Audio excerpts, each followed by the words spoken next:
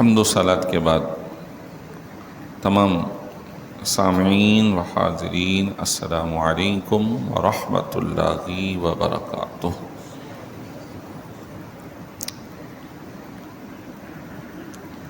سورہ شعراء کی ایک آیت مبارکہ 19ویں پارے سے تلاوت کی ہے۔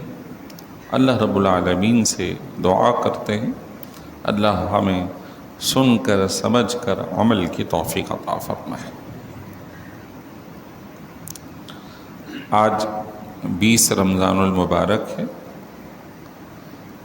بعد نماز مغرب سے 21ویں شب شروع ہو جائے گی، اور معتکفین جہاں جہاں چاند کے اعتبار سے آج 20 ہے تو اعتکاف مغرب سے شروع کر دیں گے، اور جہاں چاند پہلے نظر آ گیا تو وہاں اعتکاف شروع ہو چکا۔ 21 رمضان المبارک کو سیدنا علی المرتضیٰ کرم اللہ وجہ الکریم کی شہادت کا دن ہے، تو اسی کی مناسبت سے کچھ خلیفہ چہاروں حضرت سیدنا علی المرتضیٰ کرم اللہ وجہ الکریم کے فضائل اور مسائل اور ان کی زندگی کے کچھ منتخب واقعات جو ہمارے لیے سبق آموز ہوں، ہماری اصلاح کا ذریعہ ہوں، سماعت کریں گے، اور اس کے بعد انشاءاللہ کچھ نماز کے مسائل بھی عرض کروں گا۔ اللہ سے دعا کرتا ہوں اللہ صحیح بیان کرنے اور عمل کی توفیق عطا فرمائے۔ حضرت علی المرتضیٰ کرم اللہ وجہ الکریم آپ صلی اللہ علیہ وسلم کے چچا زاد بھائی ہیں، جناب ابو طالب کے صاحبزادے ہیں، اور آپ صلی اللہ علیہ وسلم سے ان کی عمر 30 سال کم ہے۔ جب حضور کی عمر 30 سال تھی تو حضرت علی المرتضیٰ پیدا ہوئے، اور جب آپ نے اعلان نبوت فرمایا اس وقت حضرت علی المرتضیٰ کی عمر 10 سال تھی۔ حضرت علی المرتضیٰ کرم اللہ وجہ الکریم آپ صلی اللہ علیہ وسلم کے زیر کفالت 10 سال کی عمر سے پہلے آ چکے تھے۔ چنانچہ سیرت کی کتابوں میں درج ہے کہ آپ کے والد جناب ابو طالب ان کی اولاد زائد تھی، اور مالی اعتبار سے وہ اتنے مالدار آدمی نہیں تھے، تو حضرت علی المرتضیٰ کے حوالے سے حضرت عباس بن عبد المطلب جو کہ حضور کے دوسرے چچا ہیں، ان سے حضور نے بات کی کہ چچا ابو طالب کی اولاد زائد کثیر العیال ہیں، بوجھ مالی ان پہ زیادہ ہے جبکہ وہ خود مالدار نہیں ہیں، تو ایک صاحبزادے کو میں اپنی کفالت میں رکھ لیتا ہوں اور ایک کو آپ رکھ لیں تو کم سے کم 2 بچوں کی کفالت کی ذمہ داری ان سے ہٹ جائے گی اور ان کو کچھ سہولت مل جائے گی۔ چنانچہ انہوں نے ایک صاحبزادے کو قبول کیا، اور آپ صلی اللہ علیہ وسلم نے ایک صاحبزادے جناب حضرت علی المرتضیٰ کو اپنی کفالت میں لے لیا۔ یوں آپ صلی اللہ علیہ وسلم کے اعلان نبوت، نبی ہونے کا اظہار، کلمہ شریف کی دعوت سے پہلے ہی حضرت علی رضی اللہ عنہ حضور صلی اللہ علیہ وسلم کے گھر رہتے تھے، ان کے یہاں رہ رہے تھے۔ اس کو یوں بھی سمجھ جائیں کہ جب آپ صلی اللہ علیہ وسلم کے والد کا وصال ہو گیا تو آپ کی کفالت آپ کے دادا جناب عبد المطلب نے کی، پھر جب ان کا انتقال ہو گیا تو آپ کی کفالت پھر آپ کے چچا ابو طالب نے کی، اور آج جب ان کی باری آئی تو حضور علیہ الصلوۃ والسلام نے ان کے صاحبزادے علی المرتضیٰ کو اپنے پاس رکھ لیا۔ یہ خاندانی نظام جو ہے وہ بہت ہی اللہ کی نعمت ہے، جو ایک دوسرے کے لیے تعاون اور مددگار ثابت ہوتا ہے۔ لیکن ہم جس زمانے میں رہ رہے ہیں یہاں پہ ٹوٹ پھوٹ بہت زیادہ ہے، خاندانی نظام تقریباً ختم ہونے کو جا رہا، اور ہر ایک آزاد ہونا چاہتا ہے اور ایک دوسرے سے سروکار نہیں رکھتا، جس سے بہت سارے مسائل جنم لے رہے ہیں۔ آج دلوں میں وہ محبت اور ایک دوسرے کو برداشت کی صلاحیت ختم ہو رہی۔ کسی کو اگر 2 وقت کھانا بھی اگر فراہم کر دیا تو تیسرے وقت دل میں تنگی محسوس ہونا شروع ہو جاتی ہے، جبکہ پرانے ہی زمانے کے اندر ایک ہی گھر میں کئی افراد پلتے بڑھتے رہتے اور اللہ تبارک و تعالیٰ سب کا انتظام فرما دیتا تھا، ایک دوسرے کی کفالت سے نظام زندگی چلتا تھا۔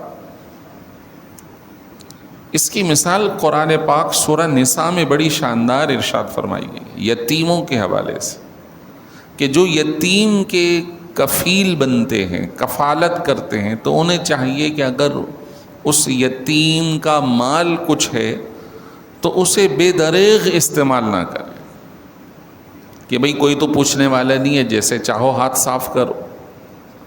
پھر ارشاد فرمایا کہ اگر تمہاری اولاد یتیم ہو اور تمہارے مال کے ساتھ ان کا کفیل اسی طرح بدسلوکی کر رہا ہو تو تمہیں کیسا محسوس ہوگا؟ یعنی یہ امکانات ہیں کہ آج اگر کوئی اور سہارے کا منتظر ہے تو ہو سکتا ہے کل کو آپ یا آپ کا خاندان بھی سہارے کا منتظر ہو۔ لہذا رشتہ داری کو نبھایا جائے۔ حضرت علی المرتضیٰ کرم اللہ وجہ الکریم آپ صلی اللہ علیہ وسلم کی زندگی کو بہت قریب سے بچپن سے دیکھ رہے، پاکیزگی، طہارت، آپ کے عمل کی درستگی، آپ کی زبان کی سچائی، آپ کے کردار کی پختگی، آپ صلی اللہ علیہ وسلم کی امانت، دیانت، اس ماحول کے اندر جب دین نہیں ہے، کوئی باس پرس نہیں ہے تو لوگ جھوٹ بھی بول رہے ہیں، کوئی چوری بھی کر رہا ہے، کوئی بدکاری میں بھی مبتلا ہے، کوئی شراب نوشی بھی کر رہا ہے، اور گھروں میں مٹکوں میں شراب بھری پڑی ہے اس کو پی رہے۔ آپ صلی اللہ علیہ وسلم اس ماحول میں ہی پلے بڑھے، لیکن کوئی اثر اس پورے ماحول کی خرابی کا آپ کی ذات پہ ذرہ برابر بھی نہیں رہا۔ یہ آپ صلی اللہ علیہ وسلم کی زندگی کا ایک بہترین حصہ ہے۔ اللہ تبارک و تعالی نے فرمایا فَإِنَّكَ بِأَعْيُنِنَا، اے حبیب آپ تو ہر آن ہماری نگرانی میں رہتے ہیں۔ سبحان اللہ۔ فَإِنَّكَ بِأَعْيُنِنَا، آپ تو ہر آن ہماری نگاہوں میں ہیں۔ تو جس کا شب و روز اللہ کی نگرانی میں ہو تو اندازہ کریں کہ وہ زندگی کتنی پاکیزہ ہو۔ اور یہی جب زندگی جوانی میں ہے، سربراہی میں ہے، لوگوں کی کفالت کر رہی ہے، آپ صلی اللہ علیہ وسلم اپنے بچوں کو بھی پال رہے ہیں، ازواج کو بھی دیکھ رہے ہیں، اور حضرت علی المرتضیٰ کو بھی دیکھ رہے ہیں، تو لازمی باتیں چھوٹے اپنے بڑوں کو دیکھتے ہیں۔ تو یہ اچھی اچھی صفات ساری حضرت علی المرتضیٰ میں بچپن سے آنا شروع ہو گئی، اور آپ کو بھی اللہ نے ان ساری گندگیوں سے، غلاظتوں سے پاک رکھا۔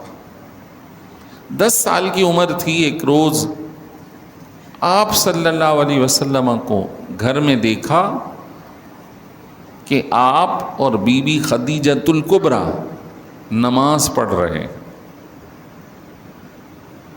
باہر خانہ کعبہ میں تو بتوں کی پوجا ہو رہی ہے، اور آپ صلی اللہ علیہ وسلم اپنے در دولت میں نماز ادا فرما رہے. آپ کا گھر تھا کدھر؟ اس وقت جیسے ہم حرم محترم مکہ مکرمہ میں ہوں، صفا اور مروہ کی سعی کے پیچھے چلے جائیں تو ایک طرف واش روم ہیں اور ایک طرف پانی پینے کے نلکے لگے ہوئے. تو واش روم والا جو علاقہ ہے وہ ابو جہل کی رہائش تھی، اور جہاں پانی کے نلکے لگے ہوئے ہیں یہ بی بی خدیجۃ الکبریٰ کا گھر تھا. اور جہاں لائبریری پیچھے بنی ہوئی ہے یہ آپ صلی اللہ علیہ وسلم کا اپنا گھر جس میں آپ کی پیدائش ہوئی تھی. یہ ایک ہی علاقے کے قریب گھر ہے. تو بی بی خدیجۃ الکبریٰ رضی اللہ تعالی عنہا کے گھر میں ہی حضرت علی المرتضیٰ بھی رہ رہے ہیں، حضور علیہ الصلوۃ والسلام، یعنی یہ جگہ وہ ہے. اور قریب ہی حرم کے اندر بتوں کی پوجا ہو رہی ہے. تو دیکھتے ہیں کہ یہ کیا ہے. آپ صلی اللہ علیہ وسلم نے حضرت علی المرتضیٰ کو اس وقت جب وہ 10 سال کے ہیں انہوں نے نماز کے عمل کو، نماز پڑھتے ہوئے کو دیکھا تو ان کو فرمایا کہ یہ اللہ کی عبادت کا طریقہ ہے. میں اللہ کا نبی ہوں، تمہیں ایمان کی دعوت دیتا ہوں، تم بھی کلمہ پڑھ کر اس میں شامل ہو جاؤ. حضرت علی المرتضیٰ کرم اللہ وجہ الکریم اگرچہ کہ کفالت میں حضور کے تھے، کہنے لگے میں اپنے والد سے پوچھ لوں. آپ صلی اللہ علیہ وسلم نے ارشاد فرمایا کہ ابھی اس بات کو ظاہر کرنے کا ہمیں حکم نہیں ملا، اگر چاہو تو ایکسیپٹ کر لو اور اگر نہ کرو تو ہماری بات کا اظہار ابھی نہ کرو. انہوں نے اپنے والد سے تذکرہ نہیں کیا، خود ہی سوچ بچار کی اور اگلے دن آپ صلی اللہ علیہ وسلم کا کلمہ پڑھ لیا حضور سے.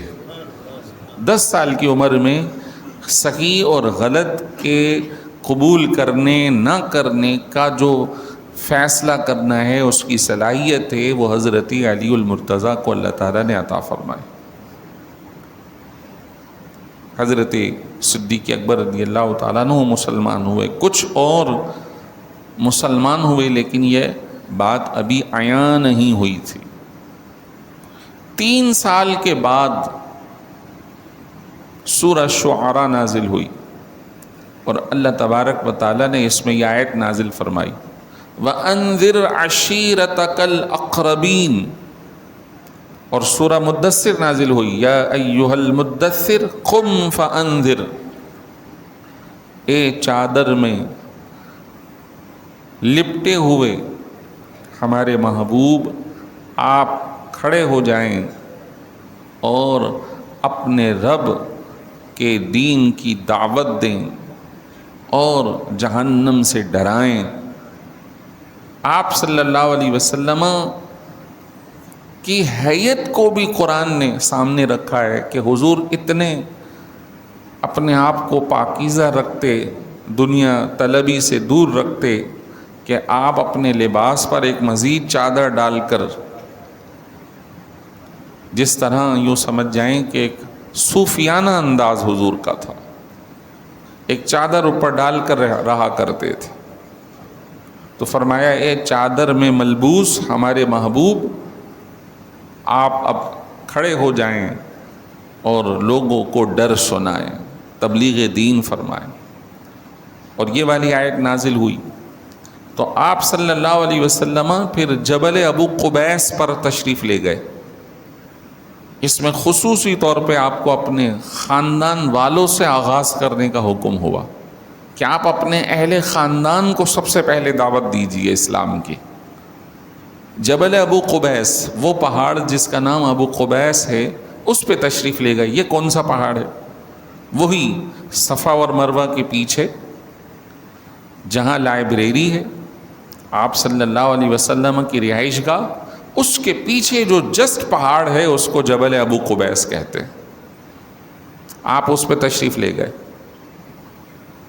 اس وقت پرانے زمانے میں ماحول تھا جب مائک نہیں ہے، مشینیں نہیں ہیں، تو کسی کو اگر بلانا ہے اور کوئی اہم بات کرنی ہے، اعلان کرنا ہے، تو وہاں کا ماحول تھا کہ جبل ابو قبیس پہ چڑھ کر صدا لگاتے تھے، آ جاؤ آ جاؤ کوئی ضروری کام ہے.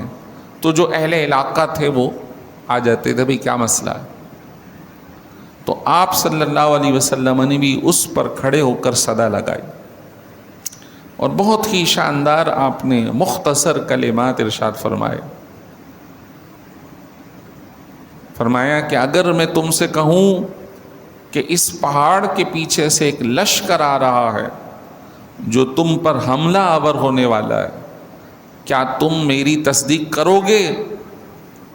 تو لوگ جو جمع تھے اہل مکہ کہنے لگے بالکل کریں گے، ہم نے آج تک آپ کو جھوٹ بولتے ہوئے پایا ہی نہیں ہے. آپ نے جو کہا ہے صحیح کہا ہے، سچ کہا ہے، آپ صادق ہیں. سب سے پہلے حضور نے اپنی ذات کی تصدیق کروائی. آپ صلی اللہ علیہ وسلم کا کردار اتنا شاندار کہ بے داغ. آج سب سے بڑا مسئلہ یہ ہے کہ ہم یہ ماحول دیکھ رہے ہیں کہ میں دوسروں کی اصلاح تو کرنا چاہتا ہوں لیکن اپنے آپ کو صحیح نہیں کرنا چاہتا.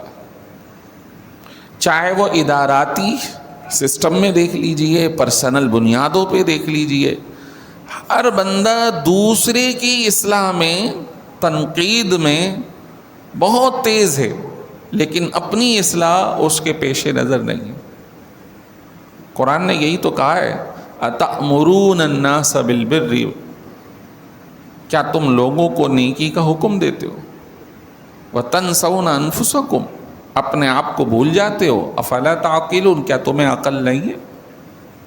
تم دوسروں کی بھلائی کی تو سوچ رہے ہو کہ وہ غلط یوں کر رہا ہے، اسے ایسا کرنا چاہیے، وہ ایسا ہے وہ ایسا ہو، وہ ایسا ہے وہ ایسا ہو، لیکن میں کیسا ہوں، میں کیسا ہونا چاہیے، میرے معاملات کیسے ہونے چاہیے، اس حوالے سے ہم سب ہی کمی کا شکار ہیں. حضور نے سب سے پہلے اپنی ذات کو پیش فرمایا. سب نے کہا جی آپ صادق ہیں، آپ سچے ہیں.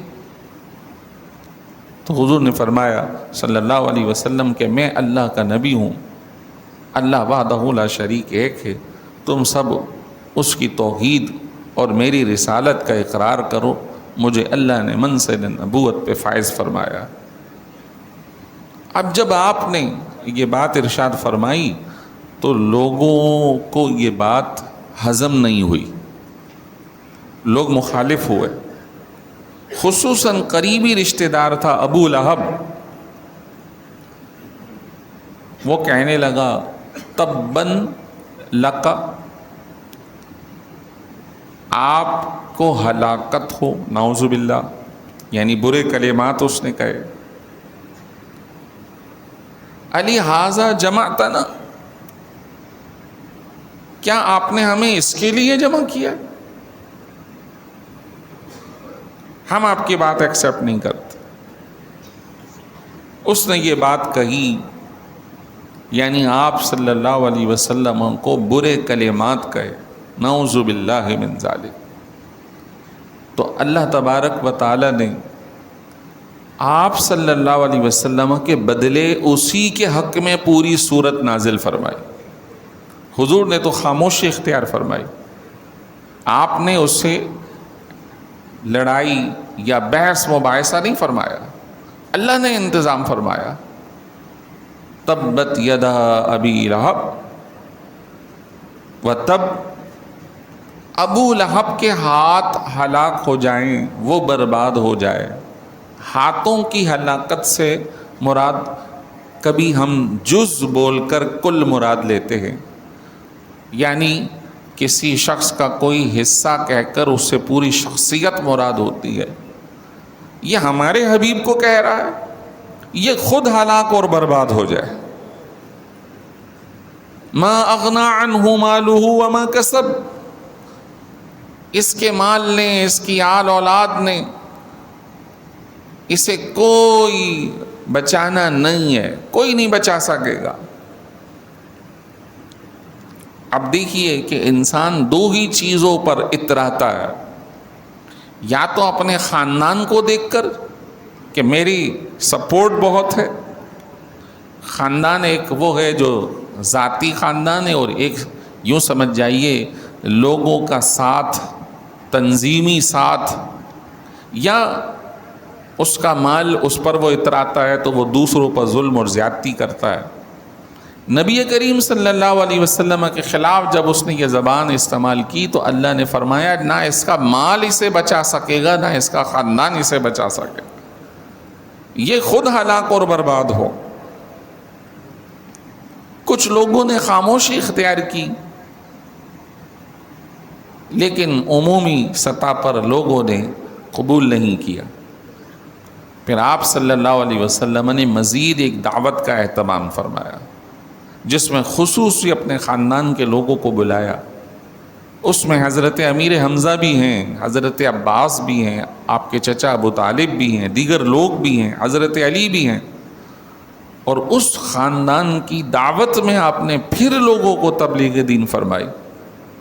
تو ایسے میں پھر سب کی طرف سے خاموشی، لیکن حضرت علی المرتضیٰ کرم اللہ وجہ الکریم، وہ چھوٹے فرد 12 13 15 سال کے تھے، وہ کھڑے ہو گئے، اگر یہ کوئی ساتھ نہیں دیتا تو میں آپ کا ساتھ دینے کے لیے تیار ہوں۔ اور پھر چل کر آپ نے ہر موقع پر آپ صلی اللہ علیہ وسلم کے شانہ بشانہ دین کا کام کیا، دین کی خدمت کی، حضور علیہ الصلوۃ والسلام سے فیض لیا۔ کس موقع پر وہ ساتھ نہیں ہیں؟ ہر آن ان کے فضائل سامنے نظر آتے ہیں، دین کی خدمت کرتے ہوئے وہ اپنی جان قربان کرنے کو تیار ہیں حضور کی ذات پر۔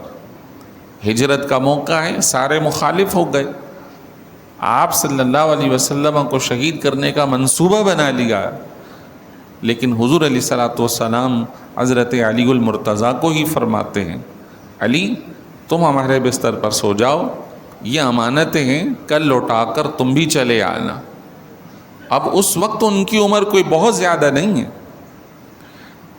کیوں 10 سال کی عمر کے اندر تو آپ نے اسلام قبول فرمایا، اور 13ویں سال ہجرت ہو رہی ہے، تو ٹوٹل 22 سے 23 سال کی عمر تھی جس وقت آپ حضور کے بستر پر لیٹے ہیں، اور معلوم ہے کہ پورا ماحول مخالف ہے، پورا ماحول مخالف ہے، معلوم ہے کہ اس میں جان جا سکتی ہے، لیکن آپ صلی اللہ علیہ وسلم کے ساتھ دینے کا عہد جو کر لیا ہے، اب اس نوجوانی میں بھی وہ حضور کے بستر پر لیٹ گئے ہیں کہ حضور بالکل میں آپ کی امانتیں لوگوں کو پہنچا دوں گا۔ بعضوں نے تو اور بھی اس سے 2 قدم آگے کی بات کی کہ اس جوانی میں آپ کی تصور آخرت کی جو کیفیت تھی وہ بہت زبردست تھی، بہت متقی پرہیزگار آپ ہو چکے تھے، اور فرماتے ہیں کہ ہر روز مجھے یہ احساس رہتا ہے کہ نہ جانے کب میری موت ہو جائے، لیکن سرکار نے جب فرمایا کہ صبح اٹھ کر یہ امانتیں لوٹا دینا تو مجھے یہ خیال رہا کہ انشاءاللہ آج تو موت نہیں آئے گی، کیونکہ حضور نے فرمایا کل یہ امانتیں لوٹا دینا۔ اب دیکھیے اتنی پاکیزگی اور طہارت آج کے ہمارے نوجوان میں ہے نہیں؟ نام لیوا تو ہم بزرگوں کے ہیں، لیکن کیا ان کی زندگی کی پاکیزگی، ان کی طہارت، ان کا تصور آخرت، گناہوں سے بچنا، وہ ہمارے پاس نہیں ہے۔ تو ہمیں ان کی زندگی سے یہ حصہ اخذ کرنا ہے کہ یہ ہمارے سربراہ اپنی بھری جوانی میں اللہ تبارک و تعالیٰ کے حضور بہت پرہیزگار زندگی بسر کر کے گئے، اور آج ہم اللہ کی نافرمانی میں زندگی بسر کر رہے ہیں، یعنی کہ روزہ رکھ کر بھی گناہوں میں مبتلا ہے، جس کو فرمایا گیا کہ روزہ تقوی اور طہارت کا ذریعہ ہے۔ اللہ اکبر۔ آپ رضی اللہ تعالی عنہ صائم مدہر تھے، صائم النہار تھے اور قائم اللیل تھے، یعنی آپ راتوں کو قیام فرماتے تھے، تہجد ادا فرماتے تھے، آپ دن میں روزہ رکھا کرتے تھے، آپ نے جہاد میں بھرپور حصہ لیا، آپ کا خصوصی امتیاز آپ کی شجاعت اور بصالت ہے۔ وہ بڑا مشہور غزوہ احزاب کا موقع ہے۔ عمر بن عبد ود بڑا مشہور و معروف پہلوان تھا، جو بدر کے اندر شامل رہا، پھر احد میں غائب رہا، اور پھر اس کے کچھ رشتہ دار مارے گئے تھے بدر میں، تو اس نے بدلہ لینے کا بھرپور ارادہ کیا تھا اور وہ احزاب میں آیا تھا، اور اس قدر مضبوط کڑیل جوان پہلوان تھا کہ مشہور تھا جب یہ تلوار زنی کرتا تو کوئی اس کے سامنے ٹھہر نہیں سکتا تھا۔ وہ احزاب کے موقع پہ پوری خندق کراس کر کے مسلمانوں کے قریب پہنچ گیا تھا اور اعلان کرتا ہے کوئی میرا مد مقابل جو مجھ سے مقابلہ کرے۔ ایسے موقع پہ جہاں خاموشی تھی تو نوجوان حضرت علی المرتضیٰ، تقریباً 28 سال کی عمر ان کی، وہ حضور سے عرض کرتے ہیں کہ حضور مجھے اس پہلوان کے مقابلے میں جانے کی اجازت دی جائے۔ حضور نے فرمایا اجازت۔ سر پہ عمامہ باندھا ہوا ہے، تلوار آپ کے پاس ذوالفقار ہے، ہاتھ کے اندر جو ہے وہ روکنے کے لیے ڈھال موجود ہے لوہے کی۔ مبارزت کے بعد پہلا وار اچانک سے عمر بن عبد ود نے کیا ہے۔